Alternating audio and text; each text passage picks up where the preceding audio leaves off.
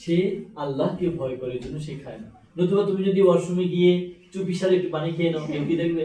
কেউ দেখবে না। তারপর কিন্তু আমরা খাই না। আমরা কেন খাই না? আমরা বিশ্বাস করি যে আমাদের একজন আল্লাহ আছেন, তিনি আমাদেরকে দেখছেন। তাহলে আল্লাহর সামনে কোনো কিছুই গোপন থাকে না। বিধায় আমরা চুরি করে গোপনে আমরা কি করি না, পানি খাই না, বা ফ্রিজ থেকে কিছু বের করে খেয়ে ফেলি না। আমরা রোজা রাখি, কষ্ট হলো। যে রমাদানের মধ্যে তুমি যদি একটা ভালো কাজ করো, অন্য সময় 70টা, কমপক্ষে 70টা ভালো কাজ করার সুযোগ পাবা। অর্থাৎ তুমি একজনকে 10টা টাকা দান করলাম, তাকে গিফট করে দিলাম, একজন গরিব মানুষকে 10 টাকা দিয়ে দিলাম, একজন ফকির মানুষকে 10 টাকা দিয়ে দিলাম, তাহলে তুমি যে সওয়াবটা পাবা রমাদান মাসে করলে কমপক্ষে 70 গুণ বেশি সওয়াব পাবা।